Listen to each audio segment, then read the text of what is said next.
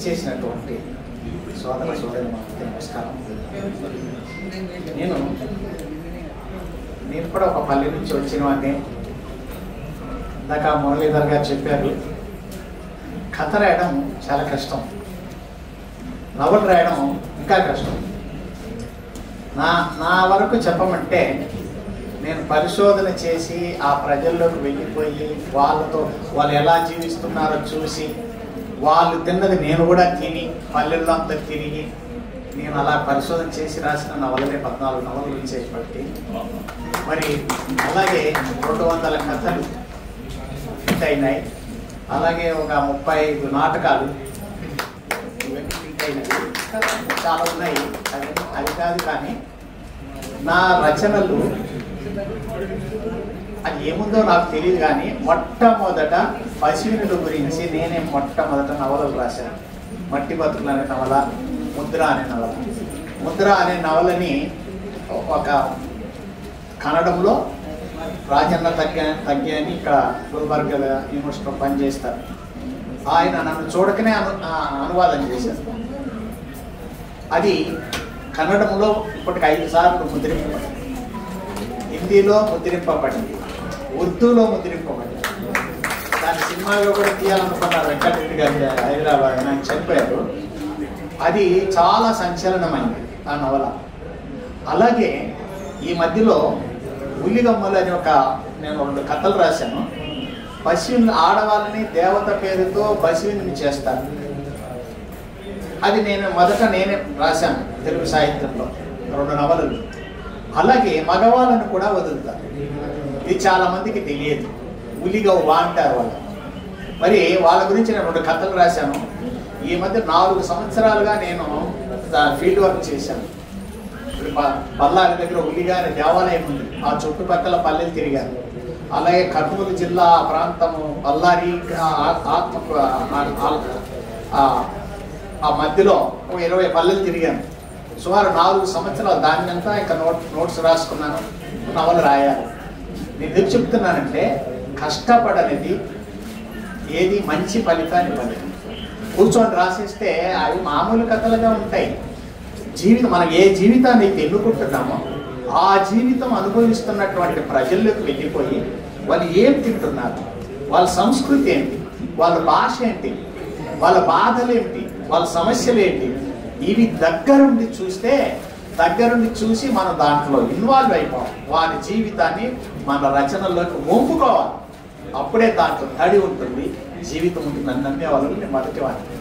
అలాగే ఈ పురాణాలని చరిత్రలు కూడా తిరిగి మూల్యాంకనం చేయాల్సినటువంటి అవసరం ఉంది ఈ రోజుకి. అందుకని నేను సుమారు 7-8 సంవత్సరాలు ఋగ్వేదం నుంచి ఇప్పటి వరకు అనేక కావ్యాలు చదివి ఒక అద్భుతమైనటువంటి నవలాన్ని చెప్తారు, ఆదియోధుడని. అది ఇంగ్లీష్లోకి బ్రిటన్లో ఆయన అనువాదం చేశాడు, అమెజాన్లో పెట్టాడు. ఒక అతను హిందీలో చేశాడు, అది రావాల్సింది. అది కూడా 7-8 సంవత్సరాలు పరిశ్రమ చేశారు. ఈ మధ్యలో జయల్ రెడ్డి గారికి తెలుసు, నాకు సన్నిహితుడు, నేను ఎంత కష్టపడతాను సార్కి తెలుసు. జీవితంలో రాయడం అనేది ఒక భాగం అయిపోయింది. ఎప్పుడు రాస్తుండడం, చదవడమే.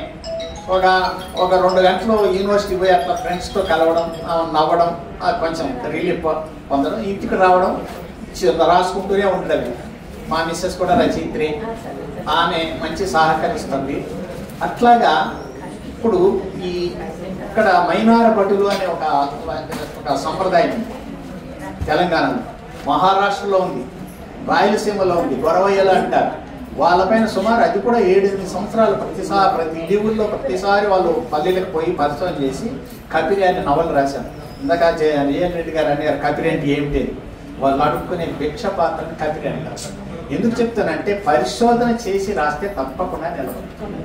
అది ఇంగ్లీష్లో, అలాగే చీకటి రాజ్యం అనే నవల ఇంగ్లీష్లో కూడా ప్రింట్ అయింది. ఇట్లా చాలా చాలా ప్రింట్ అయింది.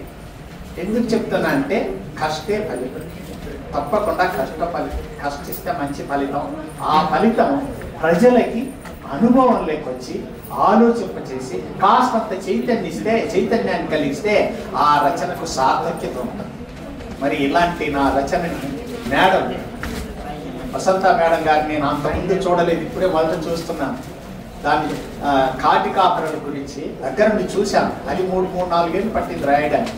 వాళ్ళ దగ్గరికి పోవడం, వాళ్ళు ఎలా శవాన్ని కాలుస్తారు, ఎలా మోస్తారు, వాళ్ళు ఏం పూర్తి చేసిన తరువాత డబ్బులు ఇవ్వకపోతే ఎలా కానీ ఆ పూర్తి చేసిన గొంత ఒలిక అంటారు. ఒలికిలి బీడు అనే పేరుతో రాశాను. ఒలికిలి బీడు అంటే శ్మశానం అని మాటలికం. ఆ గుంత పైన కూర్చొని నాకు డబ్బులు వేయండి అంటారు.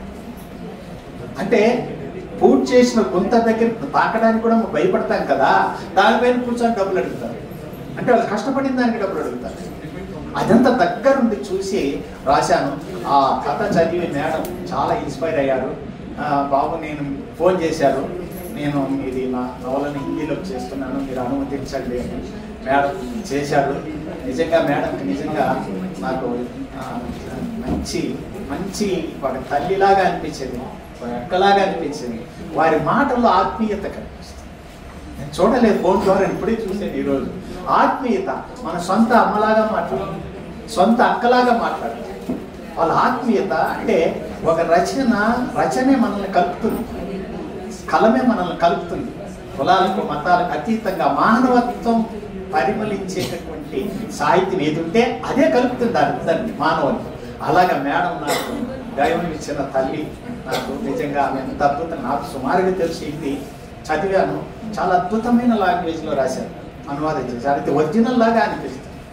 అంత మంచి అనువాదం చేసినందుకు మేడంకి నిజంగా కూడా మనస్ఫూర్తిగా ధన్యవాదాలు అర్పించుకుంటూ, ఇంత మంచి సభ ఇక్కడ వస్తే ఏదో హిందీ ప్రపంచంలో పోయినట్టు అనిపించింది. మా మధురం నిజంగా నేషనల్ భాష అది.